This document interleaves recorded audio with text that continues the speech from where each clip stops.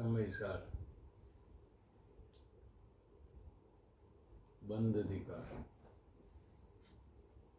ગાથા નંબર 247 એના પર ગુરુદેવ શ્રીનું પ્રવચન પેજ નંબર 84 નિશ્ચયને કર્તાનું સ્વરૂપ એ છે કે પોતે સ્વાધીનપણે જે ભાવ રૂપે પરિણમે તે ભાવનો પોતે કરતા કહેવાય છે. નિશ્ચય નહીં એટલે શું? સમ્યક જ્ઞાન એ પ્રમાણ જ્ઞાન છે. એમાં બે ભેદ છે, એક નિશ્ચય અને એક વ્યવહાર. તો જ્ઞાનીને જ સમ્યક જ્ઞાન હોવાથી નિશ્ચય અને વ્યવહાર હોય છે. જે જ્ઞાનનો અવયવ આત્માને જાણે છે, અવયવ એટલે પાર્ટ અથવા અંશ, જે આત્માને જાણે છે એને નિશ્ચય નહીં કહેવાય. અને જે પાર્ટ જે અધુરાશ છે અથવા રાગાદી પરિણામ છે એને જાણે છે એને વ્યવહાર નહીં કહેવાય. નિશ્ચય નહીં કર્તાનું સ્વરૂપ એ છે કે કર્તાનું સ્વરૂપ એટલે કોણ કરતા છે, એનું સ્વરૂપ શું છે? કોઈ પણ કાર્ય થાય છે એનો કોણ કરવા વાળો છે, એનું સ્વરૂપ શું છે? કે પોતે સ્વાધીનપણે જે ભાવ રૂપે પરિણમે છે, જે ભાવ થાય છે અને એ ભાવ રૂપે પરિણમે છે, પોતે તે ભાવનો પોતે કરતા કહેવાય છે. શું કહે છે કે સ્વયં સ્વાધીનથી કરતા, સ્વતંત્રપણે કરે તે કરતા, એ કર્તાની વ્યાખ્યા છે. પોતે સ્વાધીનપણે, સ્વાધીન શબ્દમાં સ્વ વત્તા આધીનપણું, એને સ્વાધીન કહેવાય. એટલે સ્વતંત્રપણે, કોઈ બીજાના આધારે નહીં, સ્વાધીનપણે, સ્વતંત્ર શબ્દ ન વાપરતા અહીંયા સ્વાધીન શબ્દ લીધો છે. સ્વતંત્ર, સ્વયં સ્વતંત્રપણે જે ભાવ રૂપે પરિણમે છે તે ભાવનો પોતે કરતા કહેવાય છે. આ સિદ્ધાંત નિર્બાધ સિદ્ધાંત છે. એટલે આ સિદ્ધાંતમાં ત્રણેય કાળે બાધા આવતી નથી. દરેક વખતે આ સિદ્ધાંત લાગુ પડે છે.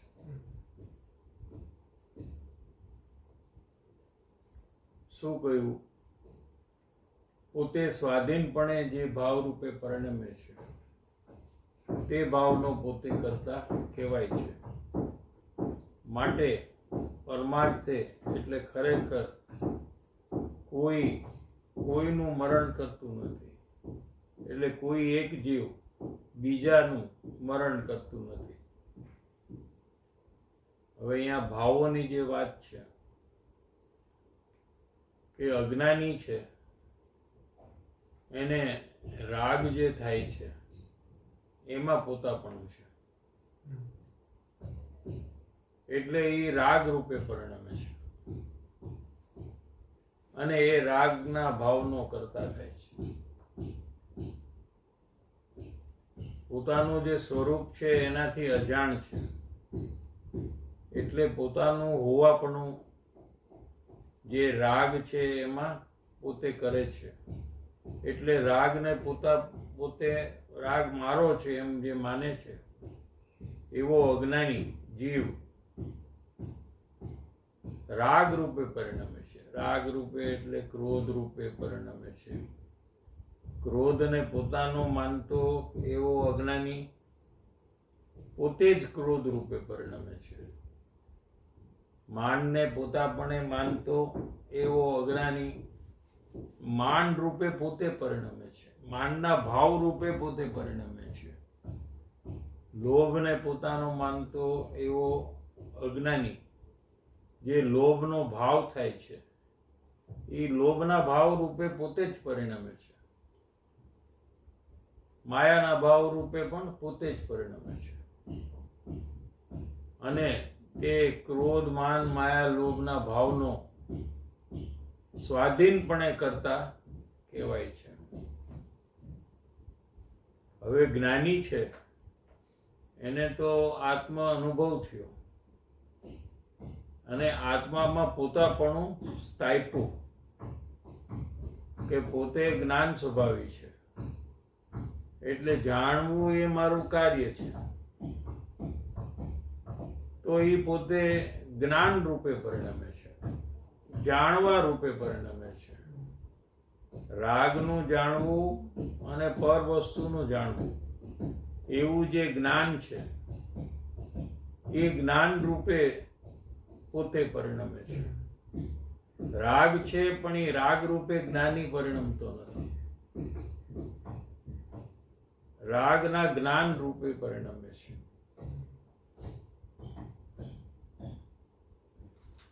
જેમ કોઈ બીજો વ્યક્તિ ગુસ્સો કરતો હોય અને આપણને એનું જ્ઞાન થાય તો આપણે એના જાણવાપણે પરિણમી છીએ, પણ ગુસ્સો નથી આપણને આવતો. કેમ કે ક્રોધ રૂપે આપણે પરિણમતા નથી. ક્રોધ રૂપે તો સામેવાળો પરિણમે છે. એને જાણનાર બીજો જીવ છે એ ક્રોધના જાણવા રૂપે પરિણમે છે. ક્રોધને જાણતા ક્રોધ એને આવતો નથી, પણ ક્રોધનું એને ખાલી જ્ઞાન જ થાય છે. તેમ જ્ઞાની છે એ જ્યારે ક્રોધને જાણે છે ત્યારે એ ક્રોધના જાણવાનું કાર્ય મારું છે એમ જાણવા રૂપે પરિણમે છે, પણ ક્રોધ રૂપે પરિણમતો નથી. સાહેબ, આ સ્વાધીનપણામાં બે ફેક્ટર લીધા કે એક તો એ સ્વતંત્રપણે એ ભાવરૂપ બે એક છે, સ્વાધીન કયો કે સ્વતંત્ર કયો. ઓકે. સ્વાધીન એટલે પોતાની મેળાએ, સ્વતંત્ર એટલે પોતાની મેળાએ, okay. Independently, without dependence of others. અને સ્વાધીનમાં પણ without depending on others, depending on self. સ્વાધીન. તો સાહેબજી, ઇવન અજ્ઞાની મને બી જે રીતે રાગદ્વેષ જ્યારે થાય છે તો એમ તો પરના નિમિત્તે થાય છે. પરના નિમિત્તે શબ્દ જ્યાં વાપરો એટલે પરથી થતો નથી એમ એનો અર્થ થાય. નિમિત્ત શબ્દ આપણે ક્યારે વપરાય કે એને કારણે નથી, ત્યારે આપણે નિમિત્ત શબ્દ પરના નિમિત્તે. નહીતર આપણે એમ વાપરી કે પરને કારણે મને ગુસ્સો આવ્યો. પરને કારણે ગુસ્સો આવ્યો તો પરે એને ગુસ્સો કરાવ્યો, તો એને સ્વાધીનતા ન રહી, એને પરાધીનતા થઈ ગઈ કે આને ગાળો દીધી એને કારણે મને ગુસ્સો આવ્યો છે. એને ગાળ દીધી અને ગુસ્સો આવ્યો છે એ હકીકત છે. હવે પ્રશ્ન એ છે કે એને કારણે છે કે સ્વાધીન છે, પોતાને કારણે છે.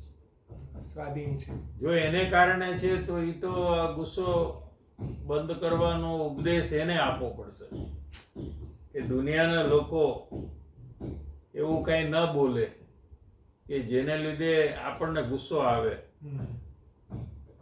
હવે કઈ દુનિયાના લોકોને શાંત કરી ન શકાય અને દુનિયાના લોકો ઉપર આપણી વિતરાગતા અને મોક્ષ થઈ જાય. માટે એવી રીતે હોય નહીં. સામેવાળો ગાળો દે પણ આપણે ગુસ્સા રૂપે પરિણમવું કે ક્ષમા રૂપે પરિણમવું એ આપણા હાથની વાત છે. એમાં આપણે સ્વાધીન છીએ, સ્વતંત્ર છીએ.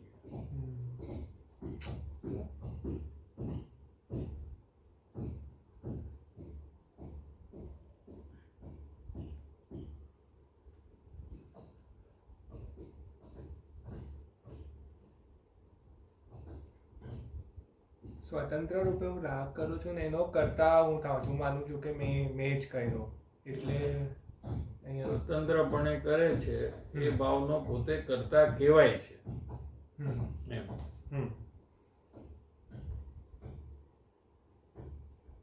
આમાં મુખ્યતા તો એ બતાવી છે કે પોતે મારવાના ભાવ રૂપે પરિણમે છે પણ બીજાને મારી નથી શકતો. એ મુખ્ય વાત અહીંયા બતાવી છે. પોતે બીજાને બચાવવાના ભાવ રૂપે પરિણમે છે અજ્ઞાની, પણ એને બચાવવાનું કાર્ય એ નથી કરતો, કરી નથી શકતો. માટે પરમાર્થે કોઈ એક જીવ બીજા જીવનું મરણ કરી શકતું નથી, એનો કરતા થતો નથી. એમ કેમ લીધું છે કે હું પરના કાર્યનો કરતા નથી અને નિશ્ચયથી એટલે ખરેખર તો રાગનો પણ કરતા નથી. હવે જ્ઞાનીની વાત લીધી છે. જ્ઞાની તો સામેના મરણ જે થયું એ જે કાર્ય છે એનો પણ કરતા નથી, એ કાર્યનો કરવા વાળો નથી. કેમ કે એ કાર્ય એ પૂતગલનું છે, એ જીવ એનો કરતા નથી. શરીરનું કાર્ય હો, કુટુંબનું કાર્ય હો, વેપારનું કાર્ય હોય, કોઈ પણ પરનું કાર્ય છે એનો કરતા જ્ઞાની નથી. અને નિશ્ચયથી એટલે ખરેખર તો જે અંદરમાં રાગ પણ થાય છે એ કાળે ખાવાનો રાગ હોય, મારવાનો રાગ હોય, કોઈને બચાવવાનો રાગ હોય, એ રાગનો પણ કરતા જ્ઞાની નથી. પણ જેટલું રાગનું પરિણમન છે, રાગ છે ખરો, રાગ નથી એમ નથી. શરીરની ક્રિયા બહારમાં થાય છે ત્યારે અંદરમાં રાગ હોય છે, પણ જેટલું રાગનું પરિણમન છે તેટલો કરતા છે એમ જ્ઞાન જાણે છે. અહીંયા જ્ઞાનીની વાત લેવી છે કે જ્ઞાની છે એને જેટલો રાગનું પરિણમન છે અંદરમાં એ પોતાનો દોષ છે. કેમ કે પોતાને કર્મબંધનું કારણ જ્ઞાનીને પણ થાય છે, જ્ઞાનીને પણ અલ્પબંધનું કારણ થાય છે, અને એ રાગમાં પણ જ્ઞાનીને દુઃખનો અનુભવ થાય છે. તો એ પોતાનો દોષ છે. જેટલો રાગનું પરિણમન છે તેટલો દોષ છે. તેથી જ્ઞાની એનો કરતા છે એમ જ્ઞાન જાણે છે અથવા જ્ઞાની જાણે છે. શ્રદ્ધાને એવો છે હું કરતો જ નથી, તો એ પોતાનો દોષ છે. કરતો નથી પણ એ રાગ તો થયો ને, તો એ કોકની તો ભૂલ છે. એ ખોટું કાર્ય તો થયું, વિતરાગતા થવી જોઈએ, પૂર્ણ કેવળ જ્ઞાન થવું જોઈએ. એના બદલે અહીંયા રાગ થયો, કેવળ જ્ઞાન ન થયું, તો એ દોષ થયો. તો એ દોષનું કાર્યનો કરવા વાળો કોણ છે? જો કોઈ એમ માને કે જ્ઞાની નથી ને બીજો છે, તો પછી એ દોષ મટાડવાનું કાર્ય પણ બીજાએ કરવું પડશે. ત્યારે આને કેવળ જ્ઞાનીને થશે. તો એ તો સિદ્ધાંત ન હોઈ શકે. માટે એ દોષ જ્ઞાની પોતાનો જાણે છે. કે આ મારો દોષ છે, મેં પરલક્ષ કર્યું એટલે ચારિત્ર ગુણમાં રાગની યોગ્યતા છે અને એના ષટકારકથી રાગ રૂપે પરિણમે છે. જો મેં સ્વભાવનું લક્ષ કર્યું હોત, સ્વભાવમાં સ્થિરતા કરી હોત, તો ચારિત્ર ગુણમાં રાગ ઉત્પન્ન થવાની યોગ્યતા જ ન હોત, પણ વિતરાગતા ઉત્પન્ન થવાની યોગ્યતા હોત.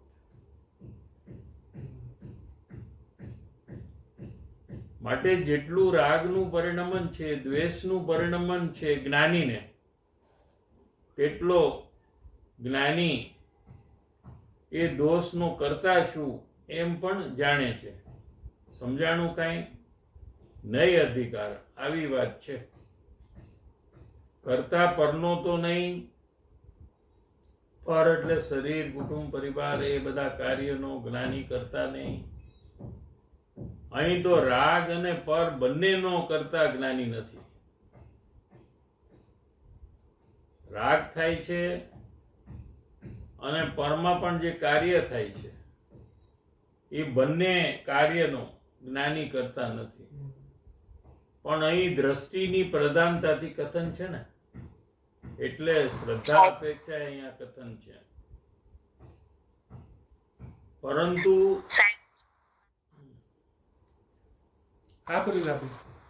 હા સાહેબજી, આજે પહેલા તમે લીધું હતું કે પરિણામમાં રાગ છે, એનું કઈ ઉદાહરણથી થોડુંક એક્સપ્લેન કરી શકશો?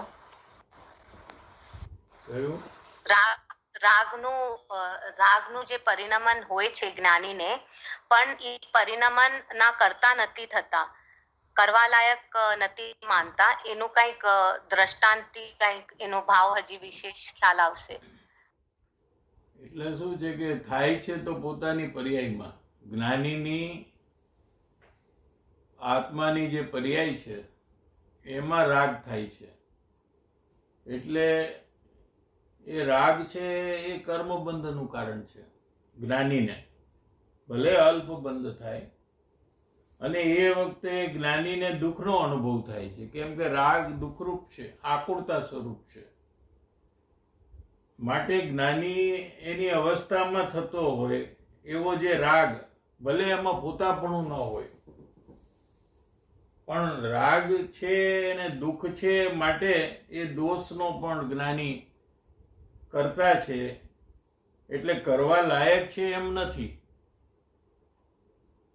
પોતે એનું કરતા છે. માટે કે બીજાએ નથી કરાવ્યું, ન તો કર્મે કરાવ્યું છે, ન તો સામેની વ્યક્તિએ એને રાગ કરાવ્યો છે, પણ પોતે જ સ્વતંત્રપણે પરનું લક્ષ્ય જે કર્યું, પરને જાણવાથી ચારિત્ર ગુણમાં રાગની યોગ્યતા ઉત્પન્ન થઈ અને રાગ થયો, એ પોતાનો દોષ છે એમ જ્ઞાની માને છે. તો પછી રાગનું પરિણમન મારામાં છે માટે હું કરતા છું એમ જ્ઞાની લે છે, અને અજ્ઞાની જો એમ લે તો એને તો બંધન થાય છે. તો બંનેમાં શું ફેર છે સાહેબજી? જ્ઞાની મારામાં છે એમ નથી લેતા, મારા જ્ઞાન સ્વભાવમાં રાગનું પરિણમન છે એમ નથી લેતા, પણ મારી પર્યાય જે છે એમાં રાગ છે. કેમ કે રાગ અને જ્ઞાન વચ્ચે ભેદ વિજ્ઞાન જ્ઞાનીને છે. પર્યાયમાં જે અવસ્થા છે આત્માની, એ અવસ્થામાં રાગ પણ છે અને જ્ઞાન સ્વભાવ પણ છે. એ બે વચ્ચે જુદાઈનું ભેદ જ્ઞાન પણ ચાલુ છે જ્ઞાનીને. એમાં જ્ઞાન છે એ મારું છે અને રાગ છે એ મારો નથી, એવું જુદાઈનું ભેદ વિજ્ઞાન વર્તી રહ્યું છે જ્ઞાનીને. પણ રાગ મારો નથી એટલે કોઈ કર્મને કારણે રાગ થયો છે કે સામેની વ્યક્તિએ રાગ કરાવ્યો છે એમ પણ નથી. તો એ રાગને પોતાનો દોષ જ જાણે છે અને એને મટાડવા પોતાના સ્વરૂપ તરફ લીન થાય છે. એટલે પરલક્ષ છોડીને સ્વરૂપનું લક્ષ કરતા જ્યારે રાગની ઉત્પત્તિ જ નથી થતી અથવા રાગનો નાશ થાય છે, અને દોષનો પણ નાશ થાય છે ત્યારે.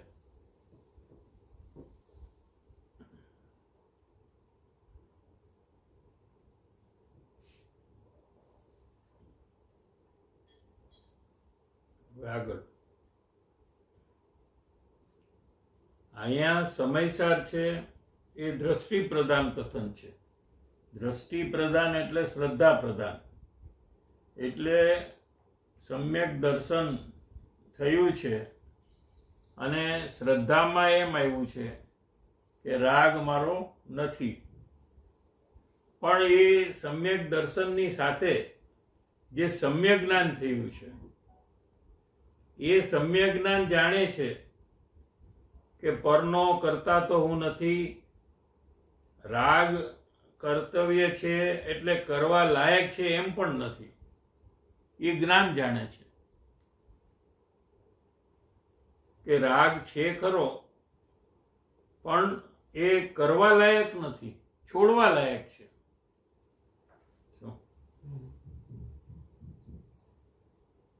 હું પરનો કરતા તો નથી, રાગ કર્તવ્ય છે, કરવા લાયક છે એમ પણ નથી. રાગ છે ખરો, દોષ છે ખરો, બંધ છે ખરું, પણ એ રાખવા લાયક છે, કરવા લાયક છે એવું સમ્યક જ્ઞાનમાં નથી એમ કે છે. પરંતુ રાગનું પરિણમન મારામાં છે એટલે મારી અવસ્થામાં છે, એ મારો દોષ છે, માટે એ રાગનો હું કરતા છું. કરતા નથી અને કરતા છું એમ બે આવ્યું એટલે થોડુંક કન્ફ્યુઝ થઈ જાય છે. પણ એ સમજવું છે કે ભાઈ દોષ થયો છે એ પણ દોષ કરવા લાયક નથી. જેમ કોઈ દવા ખાતો હોય, માંદો હોય તો એમ એ દવા ખાવાનું કાર્ય કરવા લાયક છે સદા, એવું એ નથી માનતો. પણ ન છૂટકે એ દવા લે છે. જો એનું ચાલે તો એ દવા ન લે. એમ રાગ છે એ કરવા લાયક નથી, પણ પોતામાં જ્ઞાનીમાં એટલી સ્થિરતા નથી કે પોતાના સ્વભાવમાં સ્થિર થઈ જાય અને રાગની ઉત્પત્તિ જ ન થાય.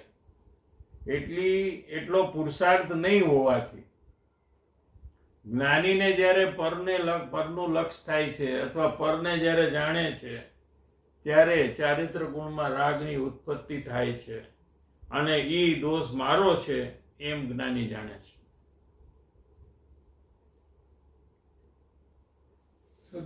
રાગ મારો નથી એવી શ્રદ્ધા છે, અને કારણ કે એ કરવા લાયક નથી એવું બી સાથે છે. પણ તો એ લક્ષ્ય પર તરફ જાય છે તો રાગની ઉત્પત્તિ થાય છે. તો એ લક્ષ્ય પર તરફ ગયો. રાગ રોગ મને થયો છે પણ એ રાખવા યોગ્ય નથી.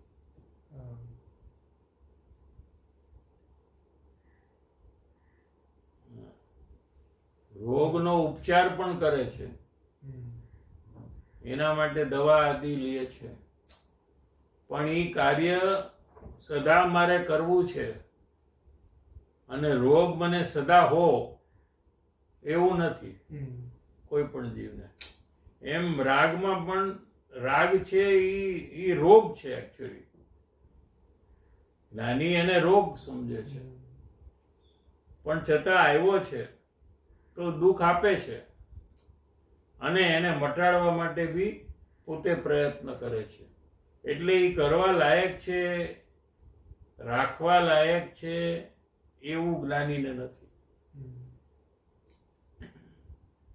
આ તો સમયસાર છે, જેટલું સમજાય એટલું સમજવું.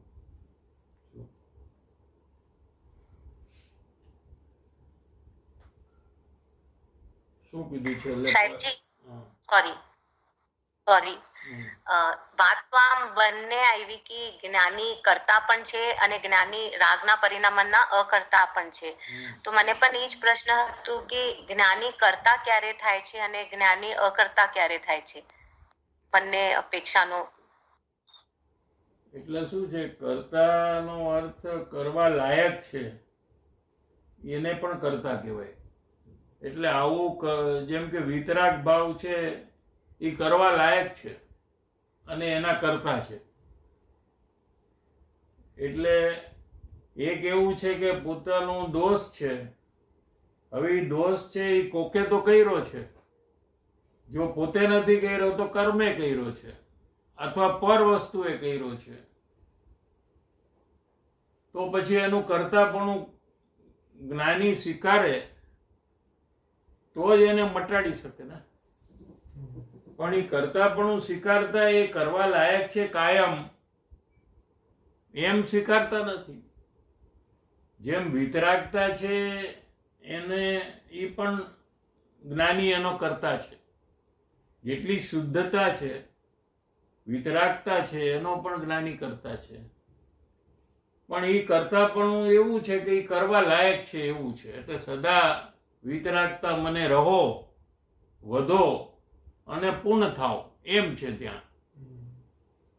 એમ રાગ છે એ પણ પોતાનો દોષ તરીકે માનતા એના કરતા થાય છે. એટલે એના કરતા છે. પણ એ કરવા લાયક છે એમ નથી માનતા કે આ બધું મને સદા રહ્યો રાગ. જેમ વિતરાગતા વધે એમ રાગ પણ મને વધે એ પ્રકારે નથી કરતા. તો કીધું કે રાગના બી છે, જ્ઞાન અપેક્ષાએ, શ્રદ્ધા અપેક્ષાએ તો કરતા નથી. શ્રદ્ધામાં એમ નથી કે રાગનું કાર્ય મારું છે, પણ જ્ઞાન, સમ્યક જ્ઞાન સ્વપર પ્રકાશક હોવાથી એ સમ્યક જ્ઞાનમાં જે રાગ જણાય છે તો એ પોતાનો દોષ છે, પરને કારણે થયો નથી એમ જણાય છે. એટલે એના કરતા છે, એટલે એને કર્યો છે અને એ પોતે પુરુષાર્થ કરીને એને મટાડી શકે.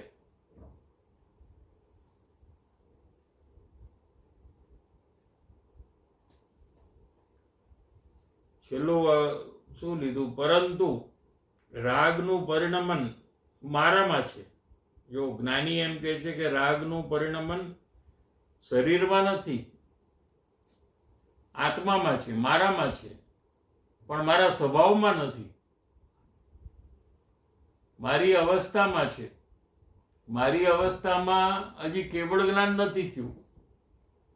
મારી અવસ્થામાં હજી અધુરાશ છે. એટલે રાગ દ્વેષનું પરિણમન છે જે મટાડું છું હું મારા પુરુષાર્થથી. પરંતુ રાગનું પરિણમન મારામાં છે એ મારો દોષ છે, માટે એ દોષનો હું કરતા છું. સમજાણું કઈ?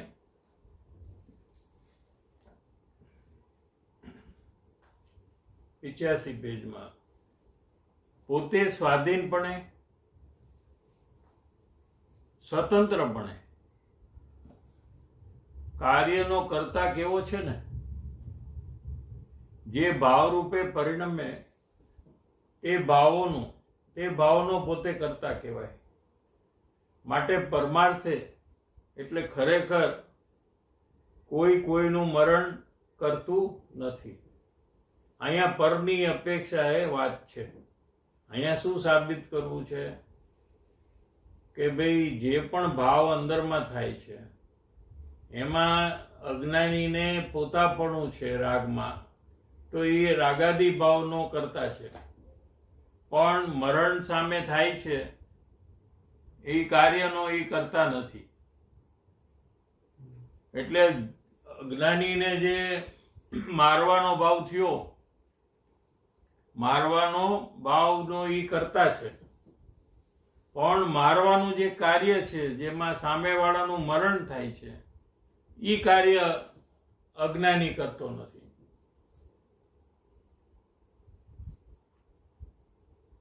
કોઈ પરનું મરણ કરતો નથી. છેલ્લો પેરેગ્રાફ. કોઈ કોઈનું મરણ કરતું નથી. કોઈ એટલે હું, કોઈ બીજા. હું બીજાનું મરણ કરતો નથી. બીજો મારું મરણ કરતો નથી. એ કોઈ કોઈનું મરણ કરતું નથી.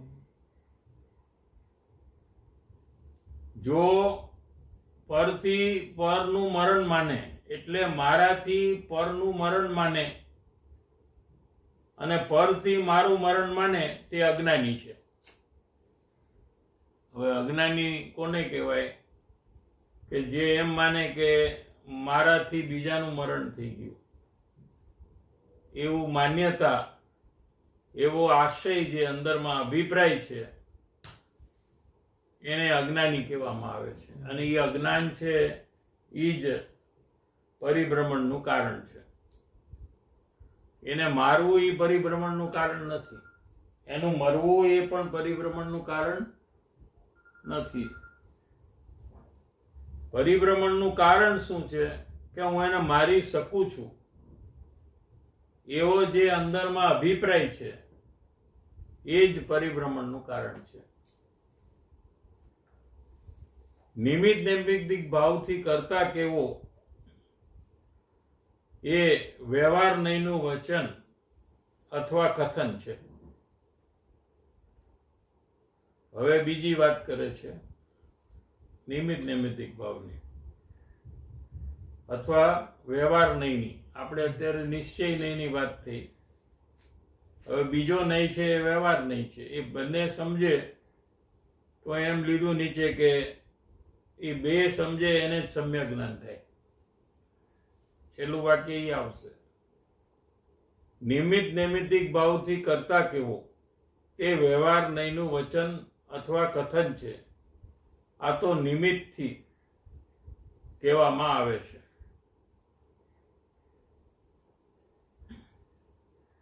પણ નિમિત્તથી ખરેખર થયું નથી. હવે ગુરુદેવ નિમિત્તની વ્યાખ્યા કરે છે. નિમિત્તની સામાન્ય વ્યાખ્યા. નિમિત્ત એને કહીએ કે પરમાં કંઈ કાર્ય ન કરે તેને નિમિત્ત કહેવાય. પછી નિમિત્ત શબ્દ વાપરીને બધા કામ એની પાસે આપણે કરાવીએ તો એ બરાબર નથી. નિમિત્ત શબ્દનો ઉપયોગ ક્યારે કરાય? કે જ્યારે એ વસ્તુ કોઈ કાર્ય કરતી નથી ત્યારે એમાં એને નિમિત્ત કહેવાય. આ સામાન્ય અર્થ છે. વિશેષ નિમિત્તનો અર્થ શું છે? કે એક તો કોઈ કાર્ય નક્કી કરવું અને એ કાર્યમાં જે બીજી વ્યક્તિ છે એને નિમિત્ત કહેવાય. કેમ કે એ વ્યક્તિ છે એ આમાં આ કાર્યમાં કાંઈ કરતી નથી પણ હાજર છે અને કાર્યને અનુરૂપ છે. આ ત્રણ ડેફિનેશન છે એની. કોઈ પણ કાર્ય થાય છે ત્યારે નિમિત્ત હાજર હોય છે અને એ કાર્યમાં કાંઈ કરતું નથી અને કાર્યને અનુરૂપ હોય છે. આ ત્રણ પોઈન્ટ છે એને નિમિત્ત કહેવાય. દાખલા તરીકે રોટલી થઈ તો રોટલીનું કાર્ય થયું. પહેલા નહોતી અને થઈ એને કાર્ય કહેવાય. તો હવે રોટલી છે એ શેનાથી થઈ? એનો કરવા વાળો કોણ? તો કે લોટ. લોટે પોતાનું સર્વસ્વ રોટલીમાં આપી દીધું અને રોટલી થઈ ગઈ. લોટ જ રોટલી રૂપે થઈ ગઈ.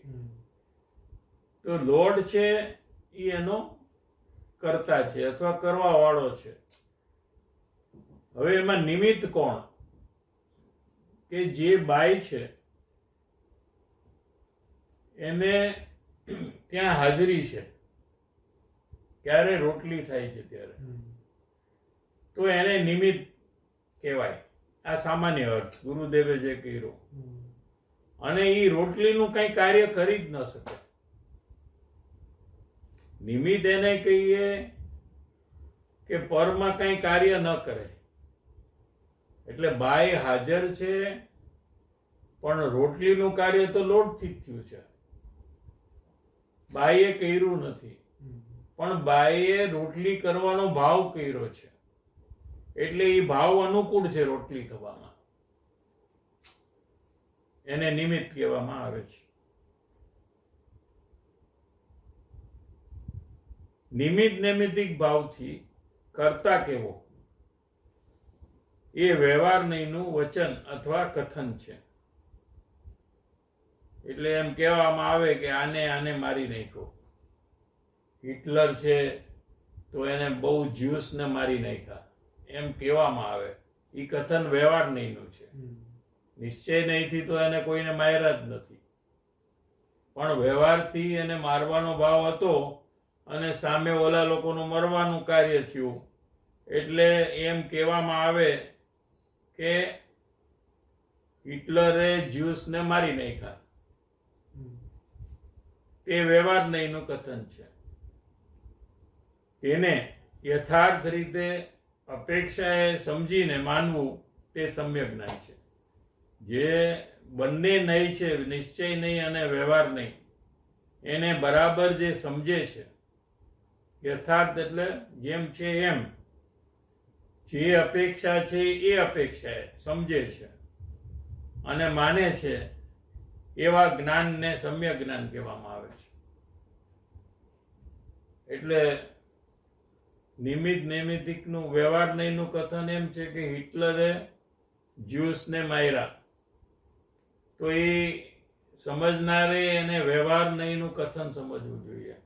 એટલે શું કે હિટલરે એને મારવાનો ભાવ કર્યો, એટલું કાર્ય હિટલરનું, પણ મરણ જે થયું જ્યુસનું એ કાર્ય હિટલરનું નથી.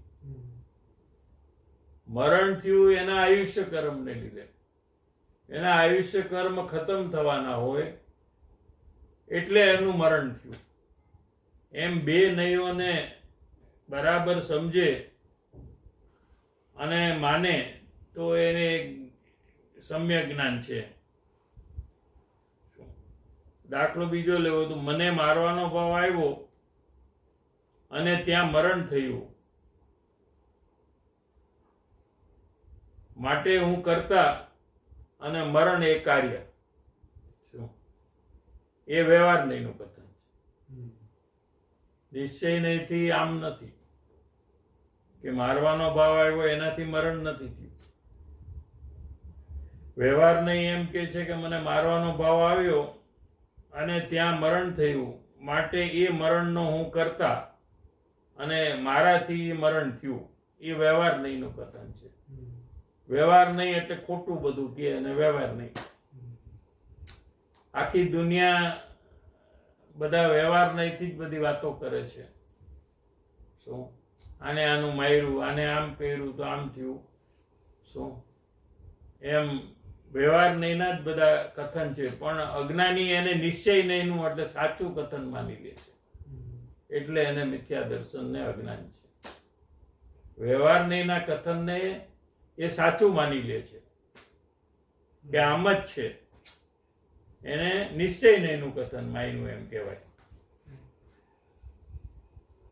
હવે નીચે એક બોલ છે બહુ સારો, પરમાગમ સારમાંથી લીધો છે. અધ્યાત્મ ગ્રંથ કે જે વેદ જ્ઞાન કરવાનું નિમિત્ત છે, તેનો અભ્યાસ પ્રથમ કરવો યોગ્ય છે. શું વચન કીધું ગુરુદેવશ્રીએ કે ભગવાનની વાણી છે એ આગમ અને અધ્યાત્મ એમ બેમાં એનું ડિવિઝન છે. આગમ અને અધ્યાત્મ. આ સમયસાર છે એ અધ્યાત્મ ગ્રંથ છે, અને કર્મનું જે વિજ્ઞાન છે, એનું જે ગણિત છે, એ બધા આગમ છે. એટલે એવી રીતે બે ડિવિઝન કર્યા છે. એક અધ્યાત્મ ગ્રંથ અને એક આગમ ગ્રંથ એટલે શાસ્ત્ર. અધ્યાત્મના શાસ્ત્ર અને એક આગમ. હવે અધ્યાત્મ ગ્રંથ એને કહેવાય કે જે ભેદ જ્ઞાન કરવાનું નિમિત્ત છે. જેને ભેદ વિજ્ઞાન કરવું હોય એના માટે આગમ નિમિત્ત નથી, પણ અધ્યાત્મ ગ્રંથ નિમિત્ત છે. એટલે જેને ભેદ વિજ્ઞાન કરવું હોય, એટલે સમ્યક જ્ઞાન કરવું હોય,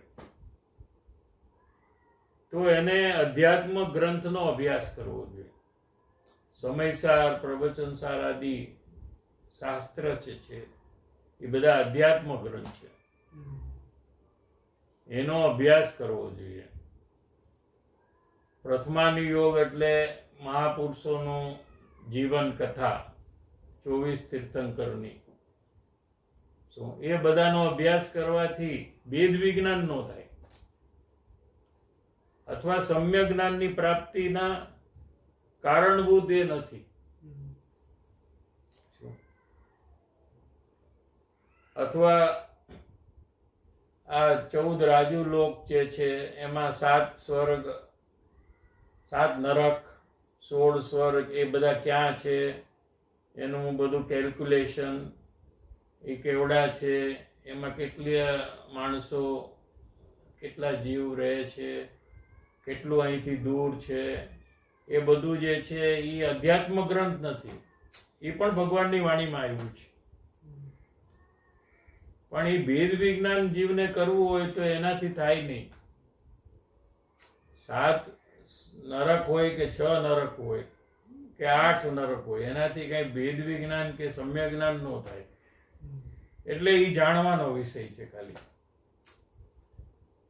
પણ જેને સમ્યક જ્ઞાનની પ્રાપ્તિ કરવી છે, જેને જન્મ મરણના દુઃખથી છૂટવું છે, એને ગુરુદેવ શ્રી એમ કહે છે કે અધ્યાત્મ ગ્રંથ કે જે ભેદ વિજ્ઞાન કરવાનું નિમિત્ત છે તેનો અભ્યાસ પ્રથમ કરવો યોગ્ય છે. કયા કયા શબ્દ વાપર્યા? કે એક તો અભ્યાસ. અભ્યાસ એટલે શું? કે ખાલી સાંભળવું, વાંચવું એ અભ્યાસ નથી. અભ્યાસ એટલે સ્ટડી કરવું. જેમ આપણે સ્કૂલ ને કોલેજમાં ભણીએ છીએ, શું એને અભ્યાસ કહેવાય. ભણવું સમજાય છે. અને આપણે કોઈ મેગેઝિન વાંચીએ છીએ કે કોઈ સ્ટોરી સાંભળીએ છીએ, એને અભ્યાસ ન કહેવાય. સત્સંગને સાંભળવું એ અભ્યાસ નથી. શું? પણ અધ્યાત્મ ગ્રંથ, સમયસાર જેવા શાસ્ત્રો, એનો અભ્યાસ કરવો જોઈએ. શું? હવે બીજો શબ્દ વાપરો, પ્રથમ કરવો જોઈએ. એટલે એની પહેલા બીજું કંઈક કરવું જોઈએ અને પછી શાસ્ત્રનો અભ્યાસ કરવો જોઈએ, એમ નથી કીધું. અહીંયા એમ કીધું કે પ્રથમ કરવો યોગ્ય છે. પહેલામાં પહેલું કરવું, કરવા જેવું કાર્ય આ છે. પણ ગુરુ ગમે કરવો જોઈએ, એ વાત છે. પોતાની મેળે કરવાનો નથી કીધું. જ્ઞાની ગુરુ જેમ કહે, અર્થ કરે એ પ્રમાણે પોતે કરવો યોગ્ય છે. અનાદિ અજ્ઞાની અપ્રતિભૂત છે. હવે અજ્ઞાની જે છે એ અનાદિકાળથી અજ્ઞાની છે. એવું નથી કે અનંતકાળ પહેલા એ જ્ઞાની હતો ક્યારેક અને પછી એ અજ્ઞાની થઈ ગયો, એમ નથી. અનાદિથી અજ્ઞાની અપ્રતિભૂત છે. એટલે એને કાંઈ ખબર નથી. અપ્રતિભૂત એટલે જેને સ્વ શું છે ને પર શું છે એવું કાંઈ ખબર નથી. એટલે પર શરીરને પોતાનું માને છે, પર રાગને પોતાનો જાણે છે, અને સ્વ આત્મા છે એ છે કે નહીં એને કાંઈ ખબર નથી. એને અપ્રતિભૂત કહેવામાં આવે છે. અનાદિ અજ્ઞાની અપ્રતિભૂત છે. હવે જીવ કેવો લીધો? અજ્ઞાનીને અપ્રતિભૂત લીધો. વાંચવાનો, અભ્યાસ કરવાનું સમયસાર આદિ ગ્રંથનું કીધું ગુરુદેવ શ્રીએ.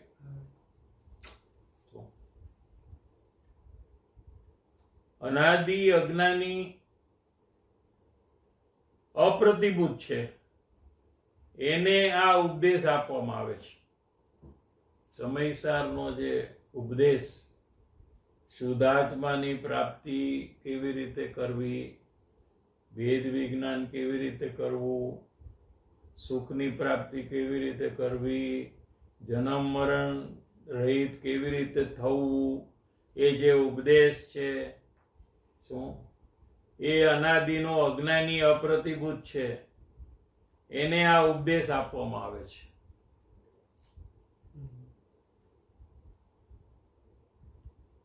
આ કોઈ ઊંચી દશાવાળા માટે છે એમ નથી. ઊંચી દશા એટલે ઘણો આગળ વધી ગયો હોય કોઈ જીવ, એના માટે આ સમયસાર આદિ છે એમ નથી કે છે. અથવા કોઈ જ્ઞાની અને મુનિ માટે છે સમયસાર અને અજ્ઞાની માટે નથી એમ નથી કે છે. અહીંયા ત્રણેય કાળે આ જ ઉપદેશ કરવો યોગ્ય છે. કયો ઉપદેશ? વેદ જ્ઞાન, આત્મજ્ઞાન. એ જ ઉપદેશ કરવો યોગ્ય છે. કોઈ પણ ઉપદેશક હોય, ઉપદેશ દેવા વાળો, ધર્મનો ઉપદેશ દેવા વાળો, એને કેવો ઉપદેશ દેવો એ અહીંયા કહે છે કે એને આ જ ઉપદેશ એટલે આત્મજ્ઞાન કેવી રીતે થાય, આત્માનો અનુભવ કેવી રીતે કરવો,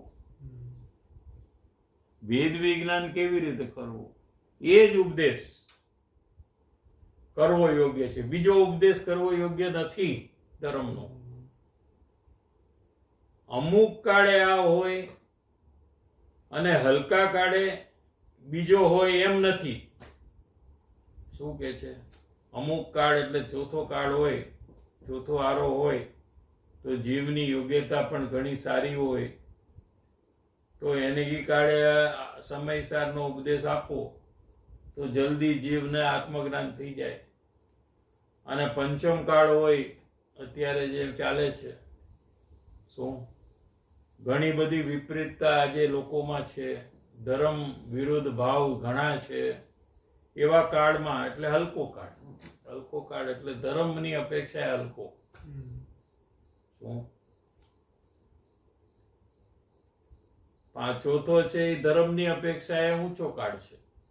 કેમ કે ત્યાં તીર્થંકર, કેવડી, લાખો મુનિઓ, ભાવલિંગી સંત, લાખો જ્ઞાનીઓ ત્યાં વિચરતા હોય છે. એટલે ઊંચો કાળ છે તે ચોથો કાળ. પણ અહીંયા કહે છે કે ત્રણેય કાળે, ગમે તે કાળે આ જ ઉપદેશ કરવો યોગ્ય છે કે જીવને આત્મજ્ઞાન કેવી રીતે થાય.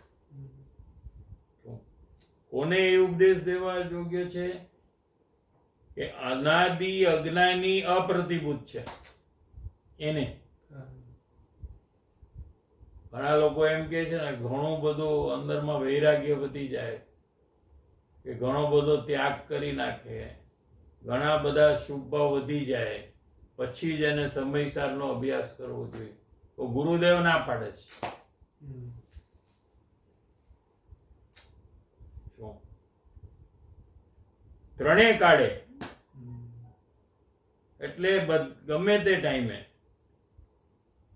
આ જ ઉપદેશ. કયો ઉપદેશ? આત્મજ્ઞાન કેવી રીતે કરવું. વેદ વિજ્ઞાન એટલે આત્મજ્ઞાન. વેદ વિજ્ઞાન કરવાથી આત્મજ્ઞાન થાય. એ જ ઉપદેશ કરવો યોગ્ય છે.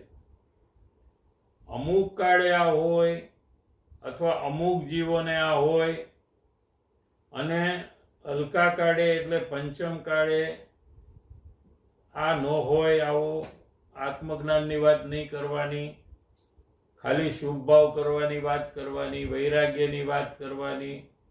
શું એ બધી વાત કરવાની, અને આત્મજ્ઞાનની પ્રાપ્તિની વાત નહીં કરવાની.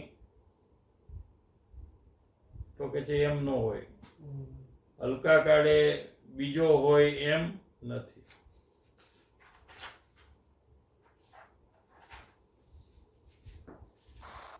સાહેબજી પ્રશ્ન છે. હા સાહેબજી, કૃપાળુદેવના ગ્રંથમાં એમ આવે છે કે પ્રથમ ઉપદેશ બોધનું ગ્રહણ કરવું અને પછી સિદ્ધાંત બોધનું ગ્રહણ કરવું. અને અહીંયા જે અધ્યાત્મ ગ્રંથ છે જેમાં સિદ્ધાંત બોધ આવે છે તો એ પ્રથમ કરવું કે છે. તો અહીંયા બંને વાતનું કેવી રીતે બેલેન્સ કરવું? અધ્યાત્મ ગ્રંથ છે એમાં ખાલી સિદ્ધાંત બોધ આવે છે એમ નથી. ખરેખર તો અધ્યાત્મ ગ્રંથમાં મુખ્ય ઉપદેશ બોધ જ છે. હવે સિદ્ધાંત બોધ અને ઉપદેશ બોધમાં ફરક શું છે એ આપણે પહેલા સમજીએ કે સિદ્ધાંત જે છે એ વસ્તુ સિદ્ધ થઈ ગઈ હોય અને ત્રણેય કાળે જે લાગુ પડે એને સિદ્ધાંત કહેવામાં આવે છે. હવે ઉપદેશ બોધમાં શું છે કે જેમ કે રાગ છે એ જીવનું કાર્ય છે એમ સિદ્ધાંત બોધ કહે છે. સિદ્ધાંત બોધ શું કહે છે કે રાગ છે એ જ્યાં જીવ છે ને ત્યાં જ રાગ હોય, પૂતગલમાં રાગ ન હોય. બરાબર છે? આ દિવાલમાં રાગ ન હોય, તમે જ્યાં જ્યાં રાગ હોય ત્યાં પૂતગલ છે એમ ન હોય, ત્યાં જીવ જ હોય. એમ સિદ્ધાંત બોધ કહે છે. આ સિદ્ધાંત બરાબર પૂતગલમાં ન હોય, જીવમાં હોય, એનું નામ સિદ્ધાંત. આ સિદ્ધાંત છે. કેમ એમ તો કે આ સિદ્ધાંત છે ભાઈ, ઇટ્સ અ પ્રિન્સિપલ. ઓકે, એમ કહે છે. હવે ઉપદેશ બોધ જે છે સમયસાર, એમાં એમ કે રાગ પૂતગલનો છે, તો એ સિદ્ધાંત બોધ પ્રમાણે ખોટું છે. સમજાણું? ઉપદેશ બોધ પણ એમાં પ્રયોજન શું છે? ઉપદેશ બોધમાં કે જીવને આત્મજ્ઞાન કરાવવું છે. એટલે રાગ જે જીવ કરે છે એને પણ પૂતગલનો કહીને એના ઉપરથી ધ્યાન છોડાવવું છે. કેમ કે એ જીવ કરે છે તો જીવ એમાં જ ધ્યાન રાખશે કે આ હું કરું છું, આ મારું છે. એનું ધ્યાન ત્યાંથી છોડાવવું છે. એટલે એને કીધું કે તો પછી આ તું કરતો જ નથી, તો કોણ કરે છે? તો કે પૂતગલ કરે છે. તું અહીંયાથી તારું ધ્યાન હટાવી લે તો તારા જ્ઞાન સ્વભાવમાં લઈ જા. તું તો જાણવાનું કાર્ય કરે છે. તો એ ઉપદેશ બોધ છે. સમજાણું? અને કૃપાળુદેવ પણ ઉપદેશ બોધ જ આપે છે, ગુરુદેવ પણ ઉપદેશ બોધ આપે છે, અને સમયસાર પણ ઉપદેશ બોધ આપે છે. જે પ્રિન્સિપલ છે, સિદ્ધાંત છે, એ વધારે પ્રવચન સારમાં છે. સમયસારમાં મુખ્યપણે ઉપદેશ બોધ છે. આખું સમયસાર સમજાય છે કે કર્મનું સિદ્ધાંત હોય એ સિદ્ધાંત બોધમાં જાય. જ્ઞાનાવરણના કેટલા પરમાણુ આવરણ કરે અને ટળી જાય ત્યારે કેટલા પરમાણુ વયા જાય, કયા ભાવથી શું થાય, આ બધું સિદ્ધાંત બોધમાં આવે. અથવા છ દ્રવ્યનું જે પરિણમન છે એ સિદ્ધાંત બોધમાં આવે. પણ આત્મજ્ઞાનની પ્રાપ્તિ કેવી રીતે કરવી એ સિદ્ધાંત બોધનો વિષય નથી, એ ઉપદેશ બોધનો વિષય છે. આમ છે. મારી અન્ડરસ્ટેન્ડિંગ રોંગ હતી. સમયસાર અને સિદ્ધાંત બોધ જ સમજતો હતો ને. એટલે શુદ્ધાત્માની પ્રાપ્તિ, જો હવે સિમ્પલ કરી નાખવાનું એક જ લાઈનમાં, શુદ્ધાત્માની પ્રાપ્તિ કેવી રીતે કરવી એનો જે બોધ છે ને એ ઉપદેશ બોધ છે. લ્યો, સિમ્પલ. કૃપાળુદેવ પણ એ જ બોધ આપે છે કે આત્માની પ્રાપ્તિ કેવી રીતે કરવી. બરાબર છે? ગુરુદેવ પણ એ જ બોધ આપે છે. અને આખું સમયસર એના ઉપર છે કે શુદ્ધાત્માની પ્રાપ્તિ કેવી રીતે કરવી. એ સિદ્ધાંત બોધ નથી, એ ઉપદેશ બોધ છે. એનો ઉપદેશ આપે છે.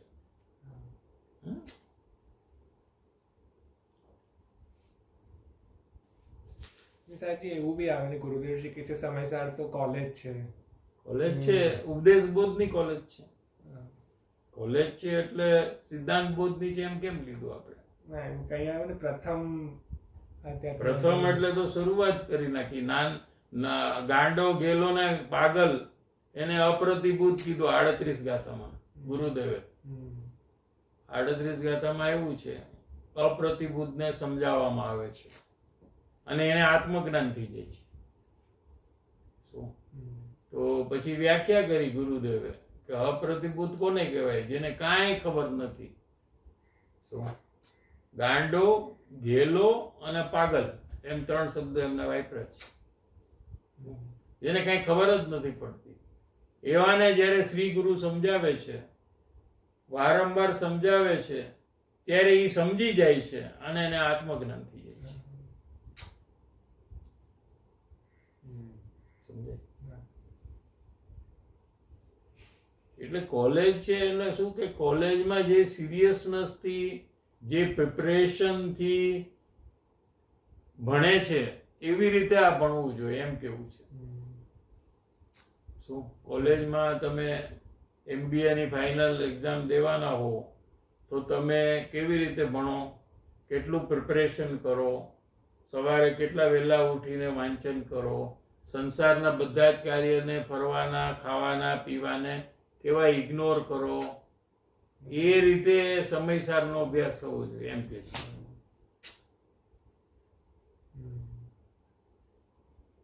સમજાય છે?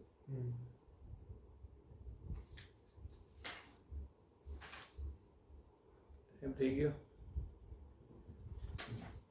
Okay, thank you. સાચી હજી એક ક્વેશ્ચન કે જ્ઞાની પણ રાગને પોતાનું દોષ માને છે, તો એમાં બે છે કે લક્ષ પર તરફ ગયો ત્યારે તો કેમ દોષ થયો એનું સાયન્સ આપ્યું. તો એ મટાડવાના પ્રયાસમાં સ્વલક્ષ કરે. સ્વલક્ષ. સિમ્પલ છે ને, એમાં શું લક્ષ ત્યાંથી હટાવીને પરસ્વ હા, તો ઈ એમ માને કે મારી ભૂલ થઈ છે કે મેં પરલક્ષ કર્યું તો જ ઈ ત્યાંથી હટીને સ્વમાં આવે ને. એને ભૂલ જ નથી કરી અને રાગ એને કર્યો જ નથી કેમ કે જ્ઞાની છે, તો પછી પરમાંથી સ્વમાં આવે કેવી રીતે? એને રાગને મટાડે કોણ? પછી તો શું કામ મટાડે? એને કર્યો જ નથી તો શું કામ? એને ભૂલ જેને નથી કરી એને કેવી રીતે મટાડે? જાણો, જેને ભૂલ કરી હોય એને કહેવાય કે તું આ મટાડ, પણ જેને ભૂલ જ નથી કરી એ કે મેં ભૂલ જ નથી કરી, તો પછી એને મટાડવાનો ઉપદેશ કેમ આપે સમયસર? એટલે સ્વરૂપમાં લીન થવાનો ઉપદેશ ન મળે, પછી જ્ઞાની સ્વરૂપમાં લીન જ ન થાય અને એને મુનિ દશા જ ન આવે અને કેવળ જ્ઞાન જ ન થાય, એમ બધું માનીએ તો આપણે. જ્ઞાની તો પછી મુનિ થાય ને કેવડી થાય છે, તો એ કેમ થાય છે કે આ રાગ છે એ મટવો જોઈએ. તો એને મટાડવા માટે મારે શું કરવું જોઈએ? કે મારે પરનું લક્ષ છોડીને આત્મામાં લીન થવું જોઈએ. એટલે એ પુરુષાર્થ કરે છે અને કેવળ જ્ઞાનની પ્રાપ્તિ કરે છે.